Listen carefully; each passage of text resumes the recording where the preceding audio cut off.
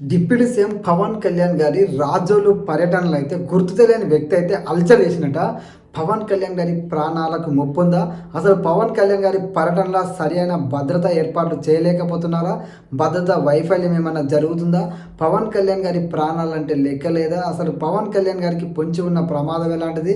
పవన్ కళ్యాణ్ గారికి దేశవ్యాప్తంగా ఆదరణ పెరుగుతుంటే ఓర్వలేకపోతున్నారా? నిజంగానే పవన్ కళ్యాణ్ గారికి ప్రమాదం పొంచి ఉందా?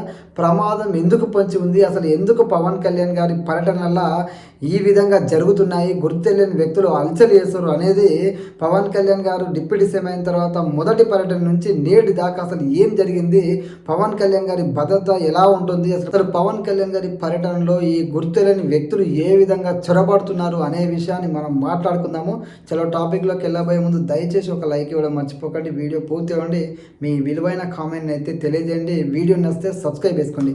చలో టాపిక్లోకి వెళ్దాం. ఈరోజు టాపిక్ వచ్చేసి పవన్ కళ్యాణ్ గారు మొన్న రాజోలు పర్యటనకి వెళ్తే ఆ రాజోలు పర్యటనలో గుర్తు తెలియని వ్యక్తి పవన్ కళ్యాణ్ గారికి సమీపంగా వస్తూ పవన్ కళ్యాణ్ గారికి దగ్గరలో తిరుగుతూ అలజల్ చేసిందంట. అసలు పవన్ కళ్యాణ్ గారి యొక్క భద్రత ఏం చేస్తుంది? పవన్ కళ్యాణ్ గారి దగ్గరికి గుర్తు తెలియని వ్యక్తులు సింపుల్గా ఒక పాసను సంపాదించేసి పవన్ కళ్యాణ్ గారి చుట్టూ తిరుగుతుంటే సెక్యూరిటీ ఏం చేస్తున్నారు, పట్టించుకోవట్లేదా? అసలు పవన్ కళ్యాణ్ అనే వ్యక్తి ఒక ఆంధ్ర రాష్ట్ర డిప్యూటీ సీఎం, అలాంటి వ్యక్తికే సరైన భద్రత ఇవ్వకుండా, సరైన ఏర్పాట్లు చేయకుండా గుర్తు తెలియని వ్యక్తులు ఆయన పర్యటనలో వచ్చిపోతుంటే ఏం చేస్తున్నారు అధికారులు అని చెప్పేసి జన సైనికులు మండిపడుతున్నారు. ప్రజల నుంచి తీవ్రమైన వ్యతిరేకత వస్తుంది.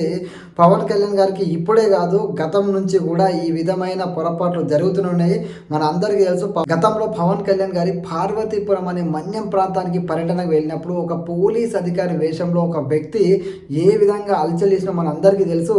పవన్ కళ్యాణ్ గారికి సమీపంగా ఉంటూ, పవన్ కళ్యాణ్ గారి పక్కనే ఉంటూ, పోలీసుల మధ్యనే పోలీస్ గెటప్లో తిరిగి పవన్ కళ్యాణ్ గారి యొక్క సెక్యూరిటీ ఏ విధంగా ఉందో అందరికి కన్ను తెరిపించి, నిజంగా చెప్పాలంటే ఆ రోజు ఆ వ్యక్తిని అయితే అరెస్ట్ చేసారు. మరి ఎవరు ఆ వ్యక్తి, ఏ విధంగా ఆ వ్యక్తి చొరపడడు, అసలు ఏంది కథ అని ఎవ్వరు పట్టించుకోలేదు. మొత్తానికి ఆ రోజునైతే నిజంగా పవన్ కళ్యాణ్ గారికి ఏదైనా జరగడానికి జరిగితే ఏ విధంగా ఉండేదో ఒకసారి ఆలోచించండి. లక్షల మంది అభిమానులు పవన్ కళ్యాణ్ గారి మీద కోటి ఆశలు పెట్టుకున్నారు. పవన్ కళ్యాణ్ గారు చేస్తున్న మంచి పనులు, డిప్యూటీ సీఎం అయిన తర్వాత పవన్ కళ్యాణ్ గారు ఎవ్వరు వెళ్ళని మన్యం ప్రాంతానికి కూడా తనతో పాటు అధికారులను చెప్పులు లేకుండా నడుచుకుంటూ వెళ్ళి కొండలు గుట్టలు రాళ్ళు రప్పలు దాటుకుంటా ఆ ప్రజల కష్టాలు తెలుస్తుంటే మొన్నటికి మొన్న మన అందరికీ తెలుసు 17 కుటుంబాలను నేను వదిలేయకుండా వచ్చిన దగ్గర నుంచి ఏ రాజకీయ నాయకుడు పట్టించుకోలేదు. ఓట్లు సీట్లు తప్ప ఏ రాజకీయ నాయకుడు పట్టించుకోకపోతే పవన్ కళ్యాణ్ పట్టించుకొని ఆ 17 కుటుంబాలకు కరెంటు వసతి కల్పించి ఆ ఇండ్లలో 3 బల్బులతో పాటు ఒక ఇంటికి ఒక ఫ్యాన్ బిగించి ఫస్ట్ టైం వాళ్ళకు కరెంట్ అంటే ఎట్లుంటుందో చూపించిండు. ఇలాంటి మంచి పనులు చేసుకుంటూ ముందుకు పోతాడు. మరొక వైపు సనాతన ధర్మం అని చెప్పేసి పవన్ కళ్యాణ్ గారు తన ధర్మాన్ని ప్రేమిస్తా, పరధర్మాన్ని గౌరవిస్తా అని చెప్పేసి సనాతన ధర్మం యొక్క గొప్పతనాన్ని చెప్పుకుంటూ దేశవ్యాప్తంగా ఆయన పేరు సంపాదించుకున్నాడు. ఎక్కడికి వెళ్ళినా పవన్ కళ్యాణ్ గారికి తిరుగులేని ఆదరణ రాజకీయ పరంగా దక్కుతుంది. కాబట్టి దేశవ్యాప్తంగా ఆయనకు పెరుగుతున్న ఆదరణ, అదేవిధంగా ఆయన డిప్యూటీ సీఎం ఆయన చేస్తున్న పనులు ఆయన ఒక్కొక్క మెట్టు పైకెక్కిస్తుంటే చాలా మంది ఓర్వలేకపోతున్నారు. పవన్ కళ్యాణ్ గారు ఈ మధ్య కాలంలో అయితే 15 ఏళ్ళు కూటమి గవర్నమెంటే ఉండాలని పదే చెప్తాడు. ఆ విధంగానే కూటమి పరిపాలన సాగుతుంది. పవన్ కళ్యాణ్ అనే వ్యక్తికి 15 ఏళ్ళు అధికారం అంటే ఎవరికైనా మండుతుంది. మంది పవన్ కళ్యాణ్ గారి మీద ఏదైనా తెగించే అవకాశం కూడా ఉంటుంది. పవన్ కళ్యాణ్ గారికి భద్రత ఇప్పటిదానికి రెట్టింపు పెంచాలి. పవన్ కళ్యాణ్ గారి సెక్యూరిటీ కూడా ఖచ్చితంగా పెంచాల్సిన అవసరం ఉంది. ఎవరిని అంత ఈజీగా పవన్ కళ్యాణ్ గారి పరిసర ప్రాంతాలకు రానివ్వకూడదు. నిజంగా ఆలోచించండి, ఆయన ప్రజల మధ్యకు వచ్చినప్పుడు ఎవరెవరు ఆయన మీద గురికొస్తుంటారో అందులో ఏదైనా జరిగే అవకాశం కూడా ఉంటుంది. ఎందుకంటే ఎవడు పడితే వాడు సింపుల్గా ఒక పాస్ సంపాదించేసి పవన్ కళ్యాణ్ గారి చుట్టూ తిరుగుతున్నారంటే పవన్ కళ్యాణ్ గారి మీద ఏ విధమైన థ్రెట్ ఉందో మనం ఇక్కడ అర్థం చేసుకోవచ్చు. ఎవరిని నమ్మడానికి వీల్లేదు. ఇది కొత్త కాదు, తరచూ పవన్ కళ్యాణ్ గారికి ఏ విధమైన సంఘటనలు ఎదురవుతుండే. ఏకంగా ఆయన ఆఫీస్కి ఫోన్ చేసి కూడా చాలా వరకు దుండగులు పవన్ కళ్యాణ్ గారిని చంపేస్తామన్నట్టుగా, పవన్ కళ్యాణ్ గారి ప్రాణాలకు ముప్పు వాటిల్లో చేస్తామని చెప్పి మాట్లాడినట్టుగా చాలా సార్లు మనం చాలా వార్తలు విన్నాము.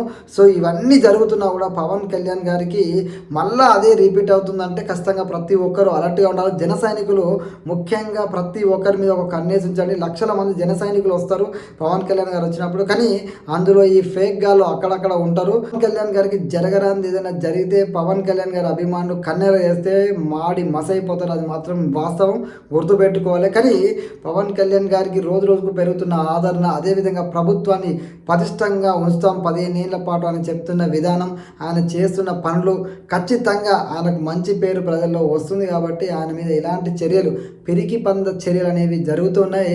మన అందరికీ తెలుసు, గతంలో పవన్ కళ్యాణ్ గారి మాదాపూర్లో ఆయన హౌస్ దగ్గర కూడా దుండగులు ఏ విధంగా అలచల్ చేసినా మనం అందరం చూసినాము, మన అందరం విన్నాం కూడా ఆ వార్తని. సో గుర్తుపెట్టుకోవాలి, ప్రతి ఒక్కరూ ఆలోచించురి. పోలీసులు ఏ విధమైన భద్రత ఇస్తారో జన సైనికులు కూడా ఆ విధంగానే పోలీసులకు సహకరిస్తూ అంతే బాధ్యతగా.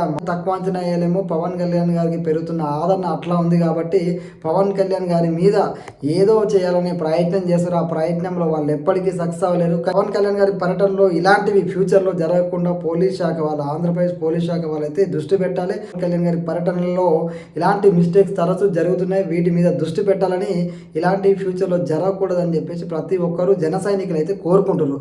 సో పవన్ కళ్యాణ్ గారి పర్యటనలో ఇలాంటి మిస్టేక్ జరుగుతున్నాయి కాబట్టి మీ అభిప్రాయాన్ని కూడా కామెంట్లో తెలియజేయండి. జై హింద్.